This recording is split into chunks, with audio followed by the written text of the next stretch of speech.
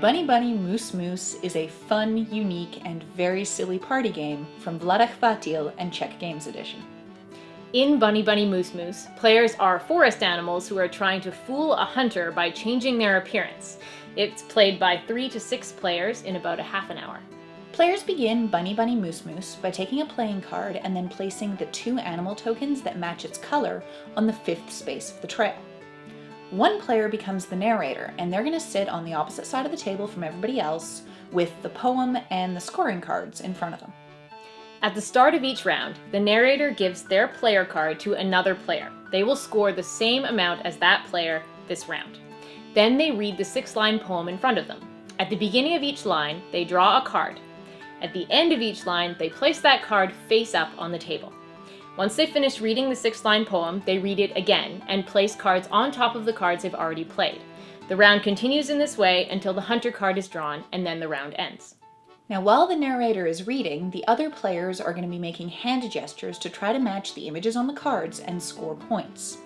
You can change the configuration of your ears and your antlers, or even change which animal you're playing as until that hunter card comes down, and then all of the players freeze and scoring begins. So each player scores points as either a bunny or a moose. They have to have either 2 antlers or 2 ears. If you have 1 antler and 1 ear, or only 1 antler or only 1 ear, you are merely a funny-shaped bush and you score no points at all. You move your bunny or your moose token forward or backward depending on how many points you get in that round. Then, the next round starts with a new narrator.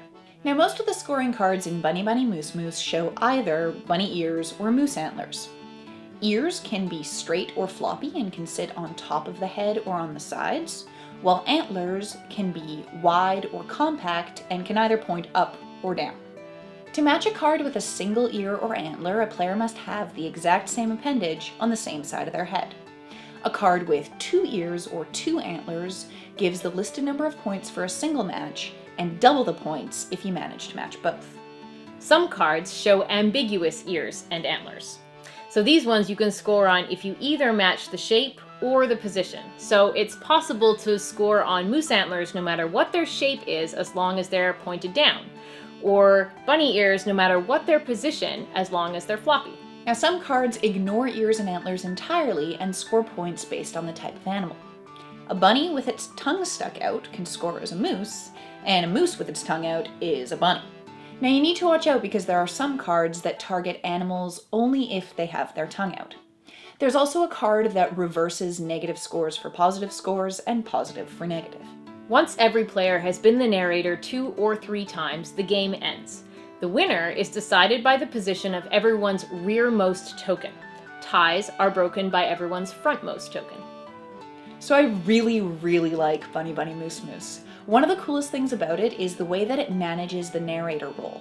In a lot of other games, being that kind of facilitator can feel like a little bit of a chore. It's not as fun as other parts of the game. Whereas in this one, it can sometimes be the funnest bit because you get to see the faces that everybody else is making. So sometimes you even start looking forward to getting to be the narrator again.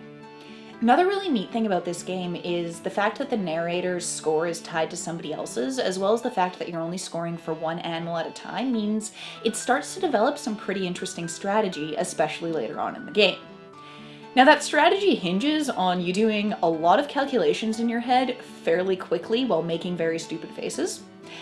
And that's kind of hard. A lot of players that are maybe thinking this is going to be a really light game where they don't have to think very much are going to be in for a bit of a nasty surprise, but it does just add to the fun.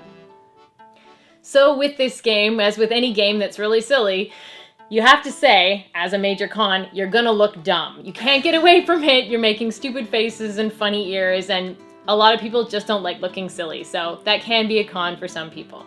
Pros though, this game is really quick to set up, really easy to learn. It feels like a filler game because you can take it to a convention, play it between bigger games, but it does have that little bit of extra complexity, so it's a little more interesting. This is a great game. So much fun and so unique.